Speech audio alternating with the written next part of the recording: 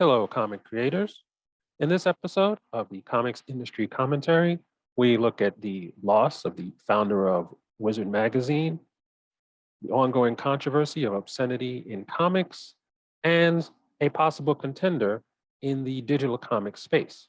But first, we have to acknowledge the loss of another major name in the comic book industry, Mr. Pat McCallum, the co-founder of Wizard Magazine and former editor over at DC Comics, passed away earlier this week.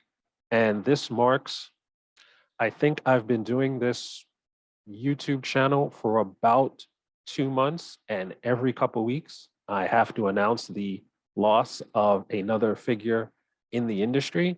We've already lost Neil Adams, George Perez, Tim Sale, and now Pat McCallum. For those of you who are not familiar with Wizard Magazine, it was one of the major sources of industry news. And it was basically, if you looked at a magazine like Entertainment Weekly or The Hollywood Reporter, it was something that was different from previews in that it actually got you excited about different comics. They actually were heavily promoting when Image first started and when Valiant first started. They were very supportive of those companies as well as the big two. It was primarily a superhero focused magazine for comics, but it was one of my first and earliest exposures to the comic book news industry at large. And a lot of the things that I try to do to keep people informed about the industry is definitely impacted by the exposure that I had to Wizard Magazine, although the artwork that I provide is nowhere near as cool. So a lot of respect to Mr. McCallum for his work in comics, and he will be missed. We're going to move on to the legal aspect of comics now. There has been ongoing movement in the Virginia case against the comic Gender Queer, published by Lion Forge Oni Press. For anyone who hasn't been following the story, a politician in Virginia who has a more conservative bent has decided to focus his attention on rendering the comic Gender Queer obscene, or having it be defined as obscene in the state of Virginia, and so it can be pulled from shelves and, of course, to quote unquote protect the children. Now, the reason that this case is going to be influential because it's part of a growing movement of censorship, particularly of comics and graphic novels. And that is important because it is much easier for anyone looking for something to be offended by or looking for something to be obscene to actually flip through a comic and find an image or a series of images that they can deem to be obscene. Whereas if it was just simply a prose book, they would probably have to sit down and actually read it. And since most of these individuals are not really interested in consuming the material they want censored, comics are going to be the material that's going to be at the forefront of a lot of these censorship cases going forward. And if you are a comic creator who thinks they may or may not be creating material that's going to be targeted by some of these groups, you have to focus not only on the political censorship aspect, but also the economic censorship aspect of it. Because legal cases, by and large, do not revolve around, at least in my opinion, as an attorney, do not revolve around primarily who is right or who is wrong, or what the law actually says, or how the law is actually applied. It all really boils down to how much is all of this going to cost? If you are an individual who is trying to get your stories out into the world and you're trying to publish comics, then you are probably working with very tight profit margins, if you have a profit at all.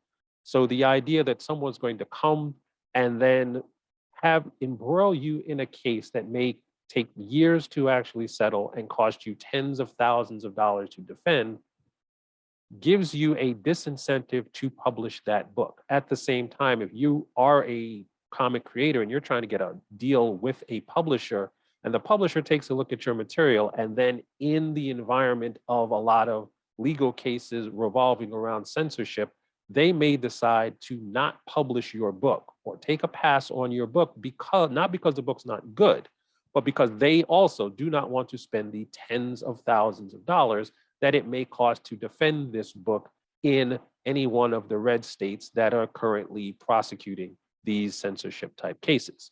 So what I would suggest, whether or not you think you are producing comic books of this type, is to understand the support that is actually available to you. There are organizations like the Comic Book Legal Defense Fund and the ACLU, and ACLU affiliated groups in every state that can actually help you with the legal defense and legal support of your book if you happen to be targeted.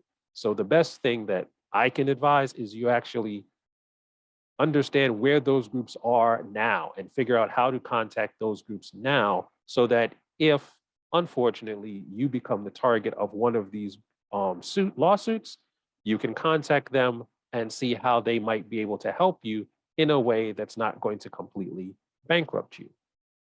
Moving on to something much lighter, Comics Beat actually reported earlier this week that the digital distribution platform GlobalComix has actually seen a surge in readers and publishers and actual readership over the past couple months. Now, for all of you who have been following the news, you are probably aware that after Amazon bought Comixology, they pretty much stayed hands off for several years and allowed Comixology to kind of exist on its own as part of the Amazon ecosystem.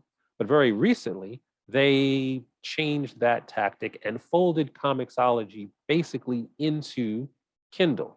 And then they removed the ability to buy comics directly from the app on your phone, which made the whole process of reading digital comics much more cumbersome and convoluted than it already was. Now, digital comics are still struggling to get a foothold in the American market, and the moves that Amazon took, because Comixology was for a long time the de facto digital comics platform, are now threatening to push more and more people away from digital comics, as opposed to doing the intelligent thing and bringing more and more people into digital comics to grow the overall market. So an alternative platform needs to establish itself in order for digital comics to move forward. Now, it's probably not going to be a company like Substack, because we just announced last week that Substack is laying off people, and their whole model of buying subscriptions and buying viewerships and buying eyeballs for growth seems to be flattening out. So now GlobalComix enters the picture with a different type of model that is, they are attempting to be what Comixology should be or could be, or definitely isn't. Now, just for full transparency, for about a year and a half, I was the vice president of business development and general counsel for GlobalComix, and GlobalComix is still a client of mine, so this is not a purely unbiased opinion. But if you are a comic book creator who is looking for a viable way to get your comics out into the market in a digital form, I suggest you check out GlobalComix, because they have the tools and the platform that might be able to get you to where you need to be, as long as you understand that it is something that you are still going to have to use to market your own books, because no digital platform, GlobalComix, Comixology, or anybody else is going to market your book for you, but they can make it easier for you to market your book. And that is the way GlobalComix was designed. So that's going to wrap things up for this episode of the Comics Industry Commentary.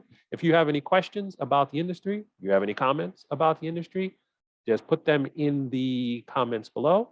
Like and subscribe, have fun with your comic, and enjoy your weekend.